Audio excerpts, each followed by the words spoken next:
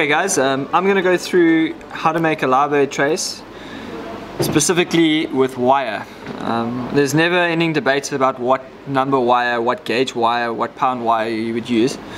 Personally, I'm very comfortable with using number 5 or number 6.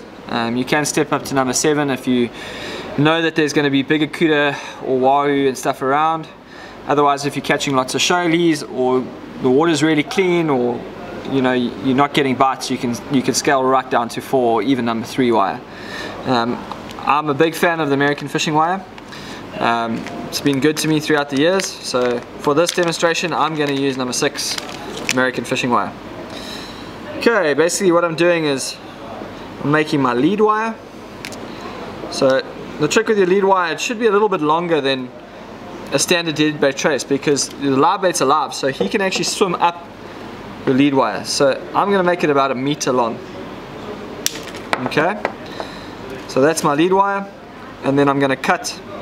Especially if you're making a few traces, it's quite easy. It's faster if you cut a whole bunch of lengths the same size, and then you make the traces according to your live bait. Also, it's a good idea to find out what size live bait you're going to be using, and you can actually use an example of a dead bait and specifically use it to measure your traces. Okay, that's my bite trace. So the kuda's mouth is about as wide as your hand, so you want to place a hook about a hand's width. So I'm going to use 1 hook on this mackerel. You could probably use 2, but just for this demonstration I'm going to use one treble in it. Okay, I'm using hoodlums. I'm using a 1/0. That's going to be my lead hook and my pulling hook. I'm going to use 1 on the front, and then I'm using a size 4 mustard, 4 extra strong. That's very important. I would not use anything under a 4 extra strong, not for saltwater game fish. You can use the lighter gauge hooks if you're fishing for bass and stuff like that, but 4X is your minimum you're going to use for saltwater use. Okay, again, you can scale up the size of the hook. I'm just going standard here. Size 4 is my general size hook that I use for, I'd say, 80% of my fishing. Okay, it doesn't really matter what order you do it in, but I'm going to start at the back and work my way forward. So I'm putting my treble hook on. I'm just doing a standard haywire twist. So you can see it's on the back of the packaging if you're not sure how to do that. But you do 345s and 3 90-degree turns. I'm just going to do this quickly. Okay, and then I'm breaking it off flush. That's another whole video altogether. And then, as I said, I'm measuring it. I want to put the live bait, the treble, about there. So my lead hook's going to go there. And I'll make sure I've got enough tag in to actually tie the wire off. Bend it over. 345, 390. At least. When I say 3, I mean you must do at least 3 turns of each, and then it won't slip. So that's your general trace.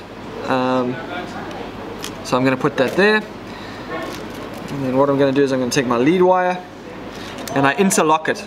Obviously these are not solid welded hooks, the hoodlums, so I go through the eye of the hook and I go through my wire so that they're interlocked. Let me tie it off and I'll explain to you a little bit better how that works.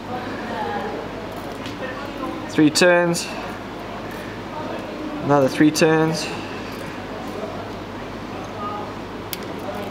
So if you can see there, the wires are actually interlocked. So the one loop is through the other loop, like a link of chain. So it can't pull out of the eye of the hook where it's not welded solidly closed. It doesn't happen very often. I can't remember the last time that happened. But yeah, I do think it's important to use a good quality lead hook. Often that's the hook that saves you. Okay, then what I do is I've got a green and a pink bead here. What I do is I use a pink bead for if it's a mackerel trace, and I'll use a green bead if it's for like a mozzie or a shad if I'm putting 2 trebles in line.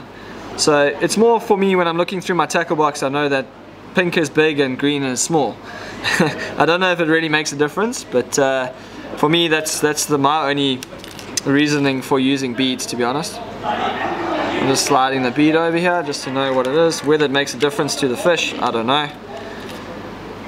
Catching everything out. And then I'm going to finish it off with a power saw. So again, I'm using a size 6 here, 654, no problem. And again, I'm just going to slide it down top of my lead wire, which is quite long. Just finishing it off.